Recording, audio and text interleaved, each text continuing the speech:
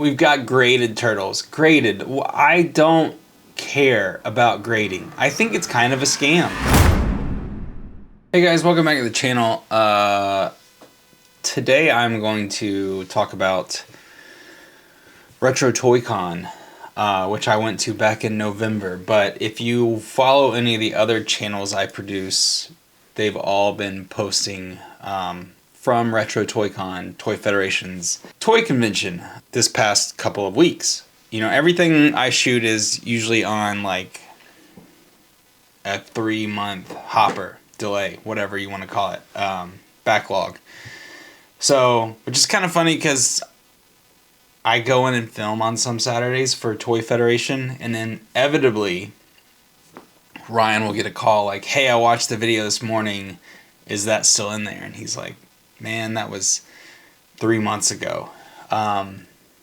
But I figured I would just kind of narrate the footage. It's hard, you know, when I was at Retro Toy Con, I was filming for Toy Federation, I was filming for Pixel Dan, I was filming for Eternia Dreams and Riot Press. So filming for myself was way on the back burner. This year was X-Men though, which was fantastic. You can see this guy right here with the Mr. Freeze costume.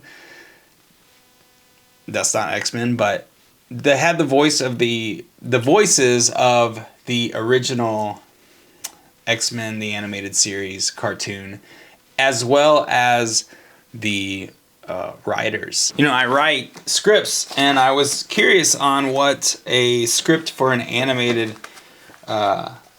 movie or TV show looked like. So they were selling the script from the first 2 episodes, which is a 2-part Night of the Sentinels, and they signed it, and then they gave me a photocopy of like the actual first copy of this that they signed as well, which I thought was pretty cool as a screenwriter.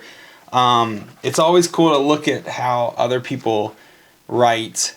There's such a formula behind screenwriting that they tell you not to break. So I always look for writers who break it and how they break it, because you end up breaking it a lot. So this is like a really cool thing I picked up. The 2003 to 2009 line of TMNT is getting popular.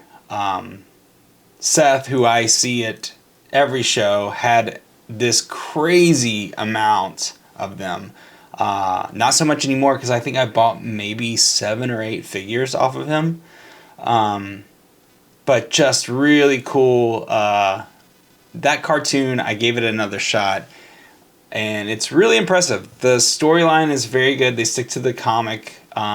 And when they stray, it's awesome. I think some of the best episodes are when they do the Battle Nexus stuff, and that kind of keeps coming up in later seasons. But yeah, I was really happy to pick up some from that line.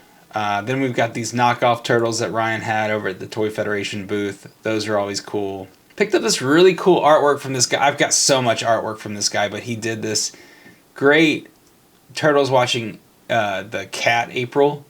I'm a sucker for any toy that's going to be related around television, or any art that's related around film or television, or having a camera, anything like that. So this one really spoke to me. I like that it was in grayscale except for their bandanas. It's kind of like a Sin City vibe, I guess. Some Star Trek turtles, they're starting to pop up everywhere, so I don't know how rare those are. Then you can see Danny found some carded turtles. Oh,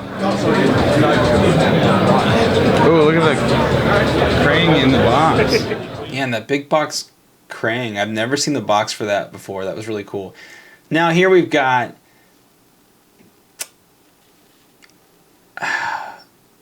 a real dilemma for me. Like, am I really gonna buy an original Leo on card? Say what? Is it? Why can I do nudge elbows? I'll pay more. We'll get home at midnight. Go home. Might be. Why are you It's a letting Hong me Kong. open it on that day? Like, I think it's already here. Be open every day. Every day you can be. That's hard to tell. Is that smart? Is that a smart investment? $200 to $300 for something I've bought, I don't know, 10 times now, but this one's on card and it makes it special because collectors say it does. I don't know. It's $200 for something that I've already got.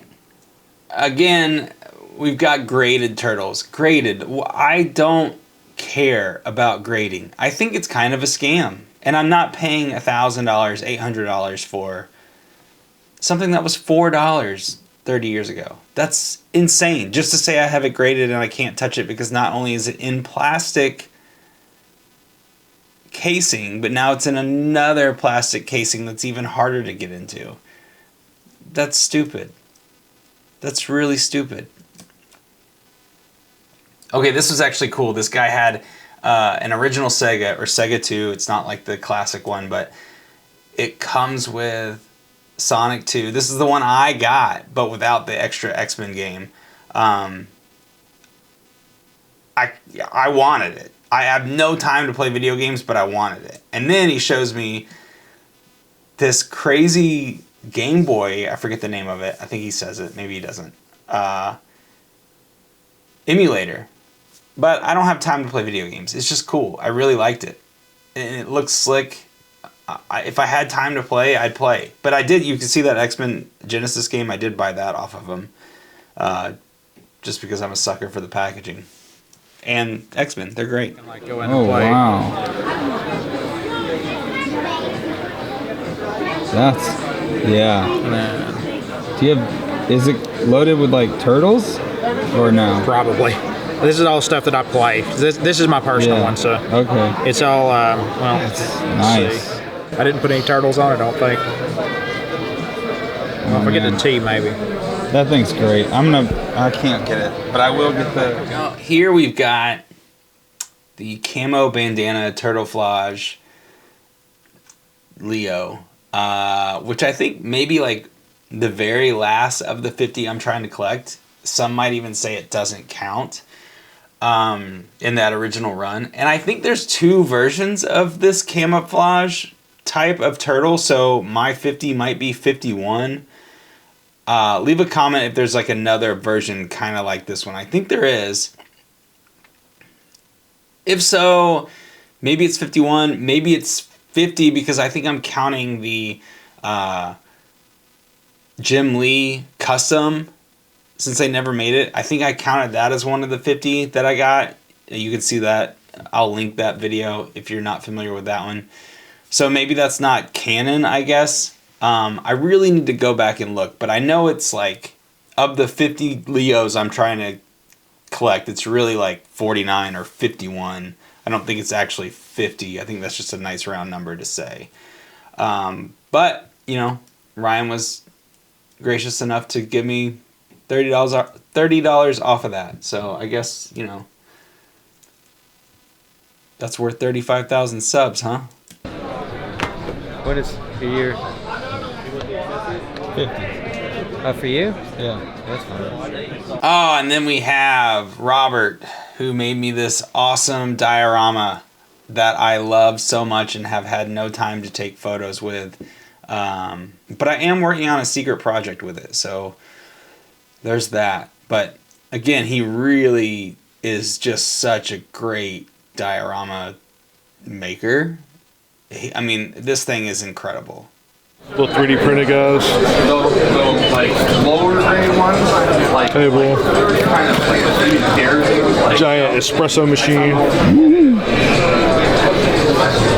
I was hoping. I know, like Tiny Sega.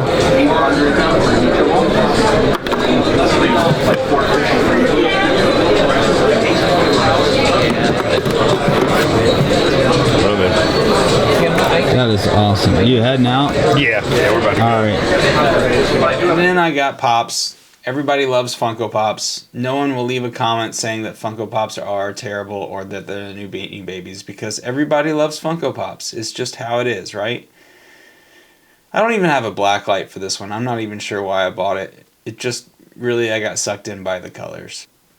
So yeah, that was my time at Retro Toy Con, Toy Federation's toy convention in Greenville, South Carolina. If you have time, this is not an ad, but if you have time and can get here, you should go to it this year.